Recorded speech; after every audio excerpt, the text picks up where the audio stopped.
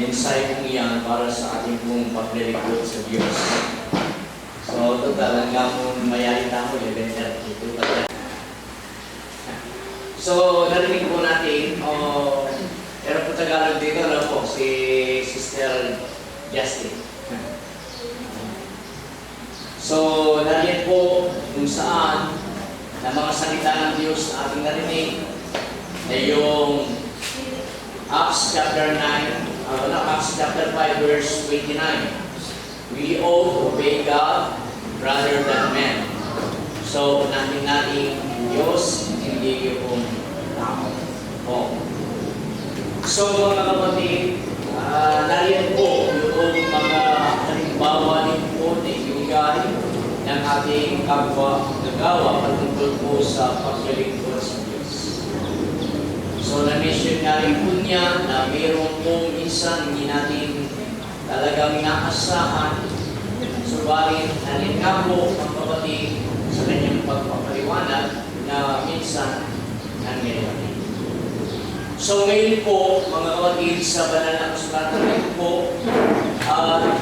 nariyan nakasaad maging po sa aklat po ng Matthew na mayroong pagkakataon na sa ating din po paglilingkod sa Diyos, maging yung loved ones natin.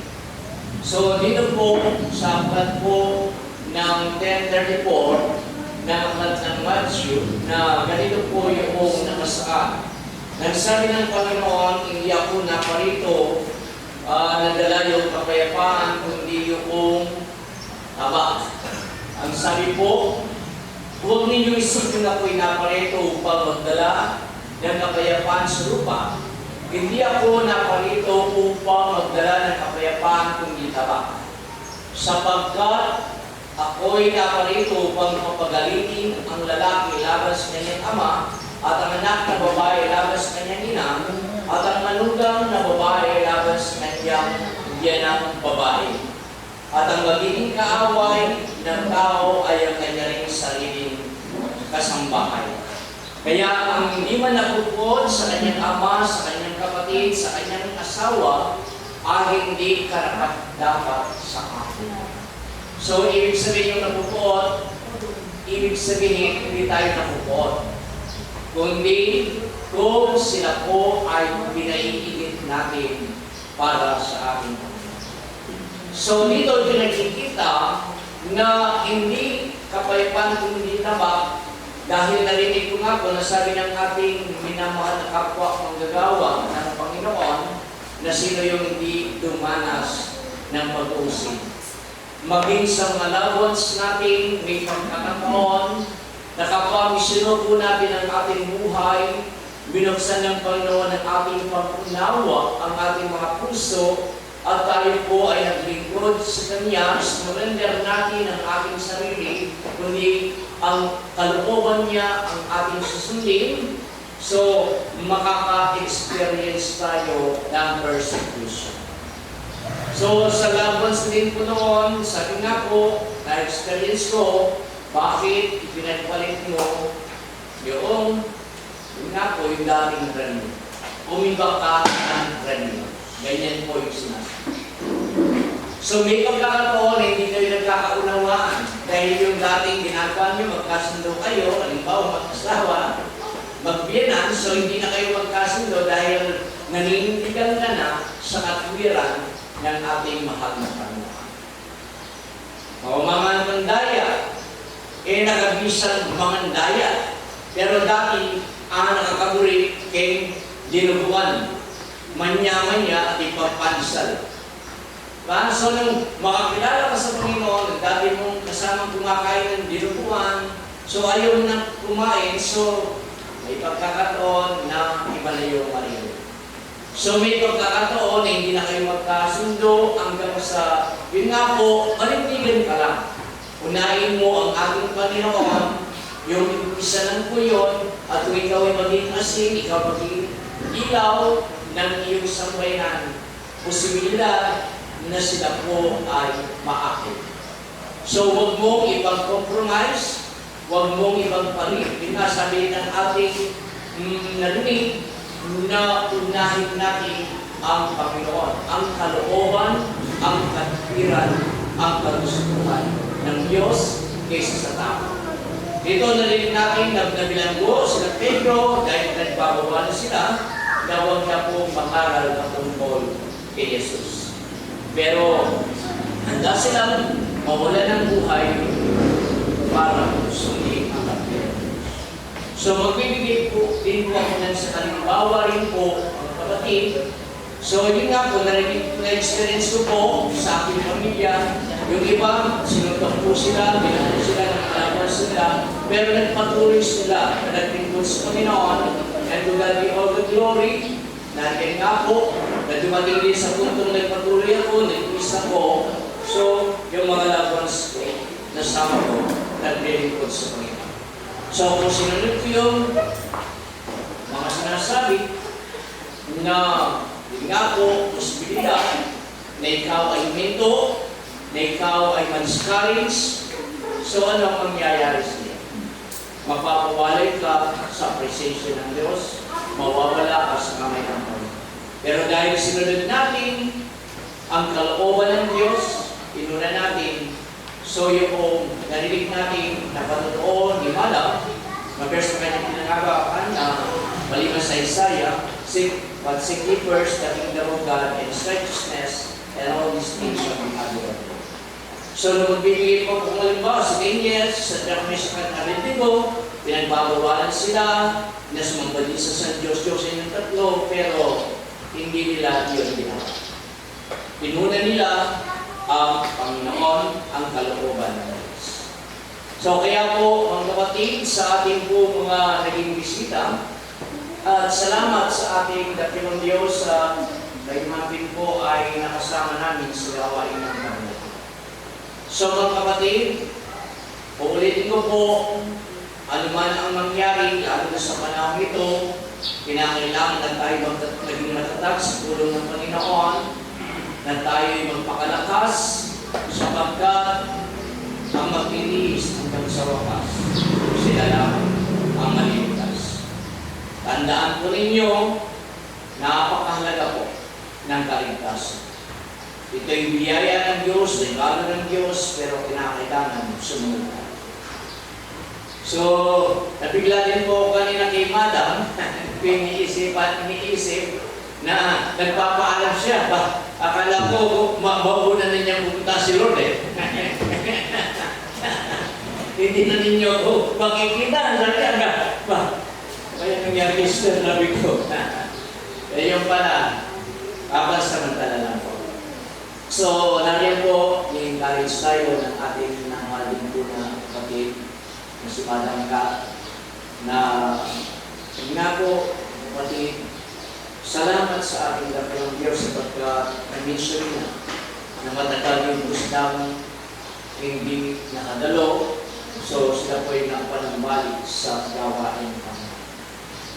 So, mga kapatid, napakahirap na mapawalay sa presensya ng Diyos. Nanlalamig ka lang, nangihina ka lang, nariyan bumabalik yung old nature mo. Diba? So, how much more na mawala ka, wala kang fellowship, lalong mahirap. So, magiging worse yung buhay natin.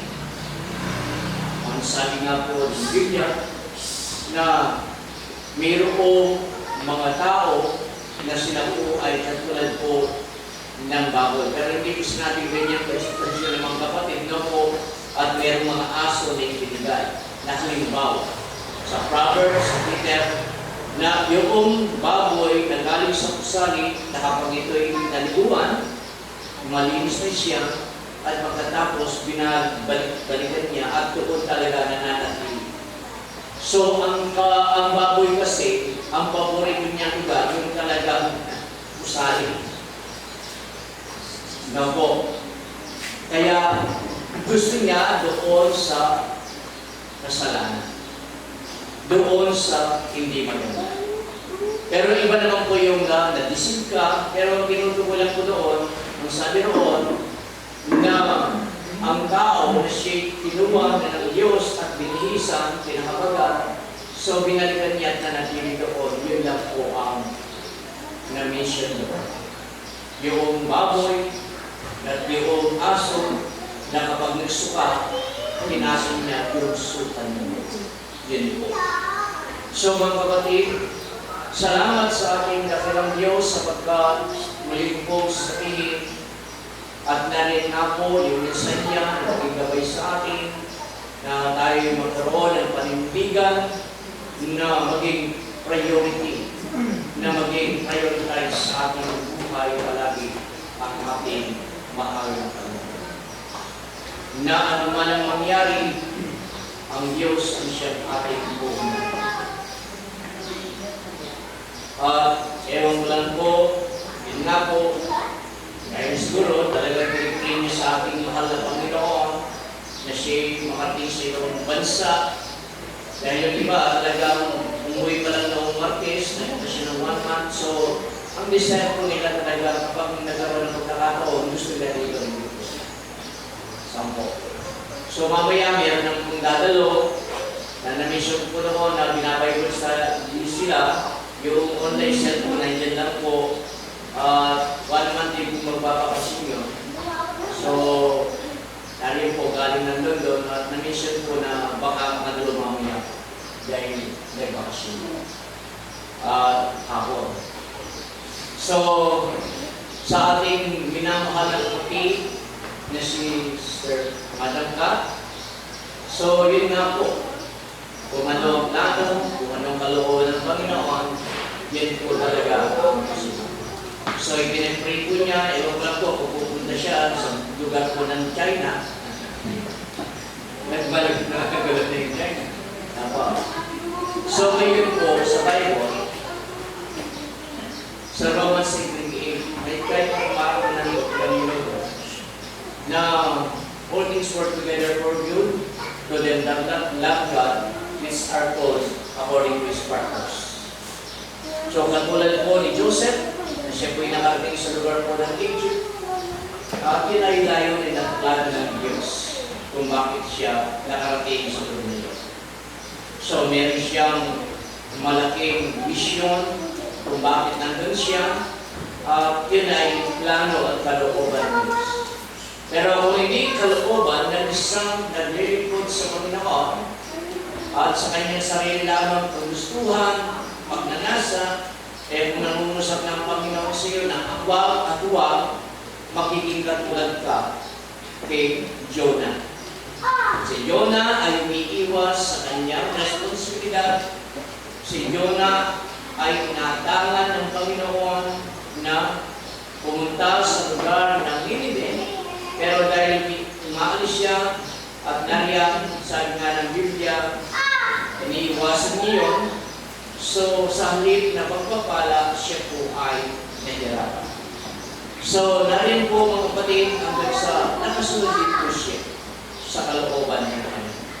So, message lang, God's control, ang lahat ng mga bagay, kontrolado ng Diyos, at saan nang tayo makalako, saan nang tayo makaroon, huwag na huwag nating palilimutan ang Panginoon.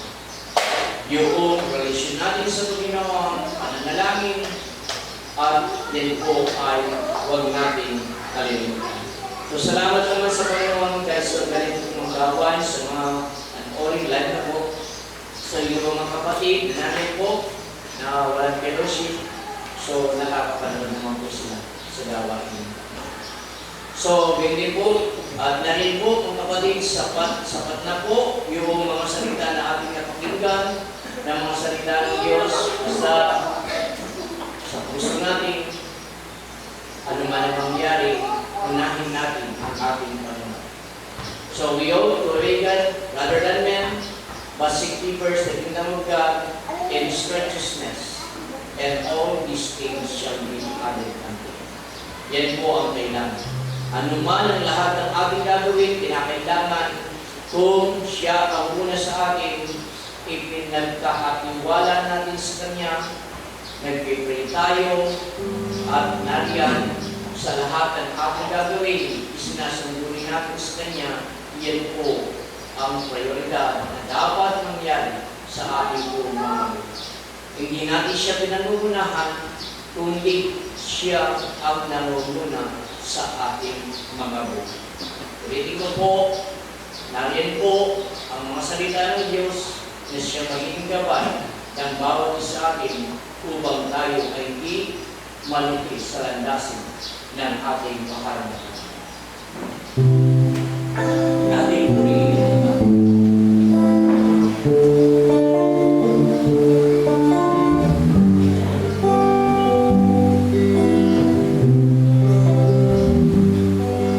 Salamat po, Ama, sa pang-araw-araw. Kahit may kahirapan, upang ko pinabayaan. Ang mga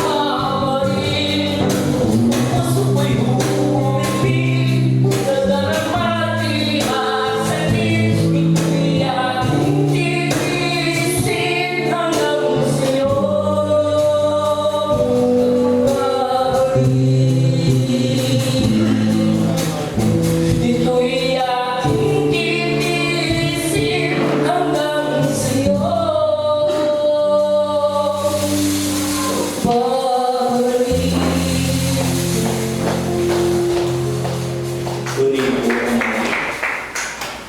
na napakabuti po ninyo, O Diyos, sa amin. Maging sa dasnawin ito na aming pong narinig, Panginoon, na sa aming paglilingkod, O Diyos, na kami magtitiis hanggang sa iyo muling pagbabalik. Tunay, Ama, hindi namin kaya. Kami ay walang sapat na kakayahan. Sa iyong biyaya, sa iyong tulong, Panginoon, sa kapangyarihan, at ang iyong Espiritu, Panginoon o Diyos, at kalakasan na nagbubot sa iyo, Panginoon, para kami ay makapagpatuloy na makapaglingkod sa iyo. Sa araw nito, dakilang Diyos, sa minsay, pinabot mo sa bawat sa amin. At nariyan, O Diyos, na anuman ang mangyari na ikaw ang aming unahin, hindi ang sino pa man, Panginoon. Ang mga buhay mong salita nito, Diyos, ay magkaroon ng pangyarihan na sa aming mga buhay, O Diyos, na kami ay susunod at ikaw ang magiging unang prioridad sa aming buhay, Panginoon. Dakilang Diyos, habagan mo, Panginoon, at kaawaan ng bawat sa amin, at patuloy naming dalangin ng bawat mga nanulubay pa, O Diyos, ang bawat nangihina. Ikaw po ang bigay ng ibayong kalakasan ng Diyos upang sila po ang bawat sa amin, Panginoon, ay makapagpatuloy ng Diyos na makapaglingkod sa iyo, kalakasan at kapangyarihan na nagbubuhat sa iyo, Panginoon, at alab na paglilingkod, Panginoon, kapuspusan ng iyong banal na Espiritu Santo. Dakilang Diyos, ang bawat sa amin ay patuloy mong panghawakan, at ang bawat sa amin ay manatili sa iyong mga kamay at sa iyong presensya, na anuman ang mga bagay na maaari namin maranasan ng pagsubok, kabigatian, at nariyan, O Diyos, sa mga araw ng bukas at sa darating pang mga araw o panahon, na ikaw ang siyang nakakaalam ng mga mangyayari. Subalit aming dalangin, Ama, na kami po ay iyong panghawakan at bigyan kami ng pagtitiis at katiyagaan hanggang sa muli mong pagbabalik, Panginoon. Dikilang Diyos ang bawat isa na aming mga kapatid na mayroong mga karamdaman, spiritually, emotionally, mentally, Panginoon, at narinig mo, Diyos, maging ang physical, Panginoon, spiritual na karamdaman. Ikaw, O Diyos, ang aming great physician, ikaw ang aming great healer, Panginoon, at ikaw siyang gumawa ng himala at milagro sa bawat buhay ng bawat isang naranasan ang iyong kapangyarihan, at ikaw ang lubusang nagbigay ng pagalingan sa bawat isa sa pangalan ng Jesus. Kayo din po, Panginoon, ang magbigay kaayuan sa bawat nanunubay. Kayo din po managpo ng bawat pangangailangan ng bawat isa, na hindi lang sa material, financial, especially, Father Almighty, Spirit for blessings, Lord, ang siyang igawad po ninyo sa bawat mga anak po ninyo na pinanggos. Patuloy ng pagkalooban ng malusog na panglatawan ng bawat isa, patuloy na paglingkod mo sa iyo, at nariyan po dakilang Diyos, anuman ang bawat mga kahilingan, ang bawat isa narito, Panginoon, nariyan ang ibay na sa mga lugar, ikaw, Diyos, sa magbigay ng tugunan at kasagutan upang malubos sa kanilang nagkakataan. Aming samot dalangin, Ama, sa oras nito, na maging ang aming mga minamahal na kapatid na sa kasalukuyan ay hindi po nakakadalo, Panginoon.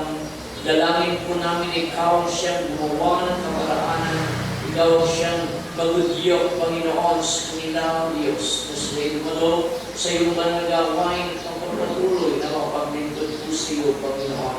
Dalangin po namin ang iyong haba at awa ang sinigawa din po ninyo patuloy sa kanila, Panginoon. At nariyan dakilang Diyos, kung bawat isa mahal na Panginoon na narito, ay patuloy mo din po gamitin, Panginoon, sa ipagpupuri ng dakilat para ng pangalan. Kayo po, Diyos, ang aming mga minamahal na kapatid, narito sa Brothers and Sisters Pinal, ay aming dinadalangin dakilang Diyos, maging dakilang katuwang fiskal, Panginoon, na din po ang nararamdaman ng Diyos ay po ang siyang bigay kagalingan o Diyos at narin po panghawakan mo sila at ikaw po ang magpala ang kanigay proteksyon sa kanila din po dakilang Diyos. Narin po, Ama, ang aming minamahal at Madam Kat, Panginoon, at kung saan na siya po ay patutuloy Diyos sa ibang lugar, Panginoon. At nariyan ito po'y kalooban mo, Panginoon, dalangin po namin na yung patnubay at ipaspas, Panginoon, yung pag-iingat.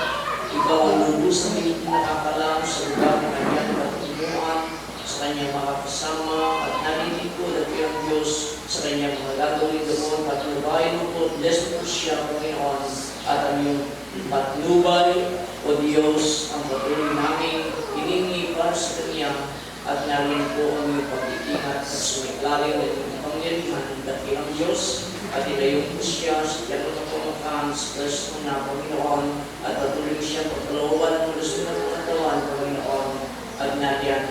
Dakilang Diyos, gamitin mo siya, Panginoon, sa lugar, Panginoon, kanyang patutunuan, Panginoon, na maging laluyan ng iyong biyaya, ng iyong pagpapala, at ng iyong pangyarihan, Panginoon. Tao Diyos, sa mag-comfort sa Kanya, Panginoon, sa kapal, sa taring natin po, yung talumbay na kanyang mararanasan sa buhay, Panginoon. Ang kalooban mo, ang plano mo, ang masunod sa kanyang buhay. Dakilang Diyos, sa oras nito, mahal na Panginoon, at pamasalamat po kami, at nandiyan po sa malayang pagkilos mo sa aming kalagitnaan, dakilang Diyos, at ang kapayapaan ay manatili, Panginoon, sa dangito at sa aming po mga kapitbahay, Panginoon. O Diyos, ito po aming dalangin at silamang po mga pinapataas na papuri, kalulatian, ang marangal, ang paghahari, ngayon at magpakailanman, sa pangalan ni Jesus, sa pangalan ni Jesus. Amen. At amen. Salamat po tayo magbatian. Tayo po ay magpuri ng siyang para sa ating Panginoon. At sa Sunday po, tinako rin sa pananin po, tayo sa pictures.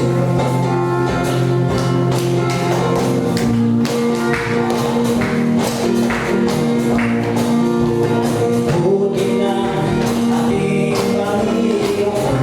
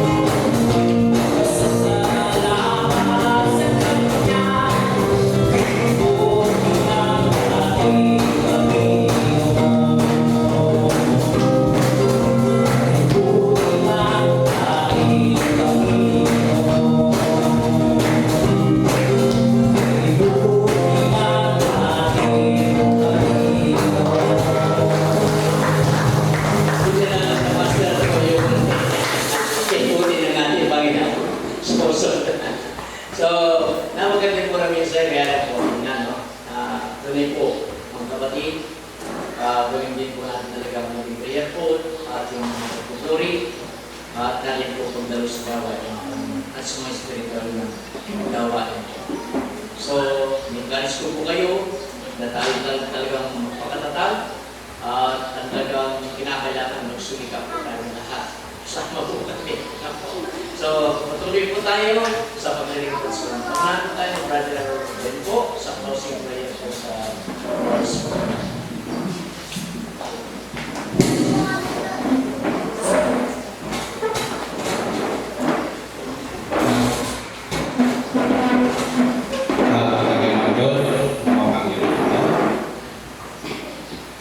Maraming salamat po sa oras na ito.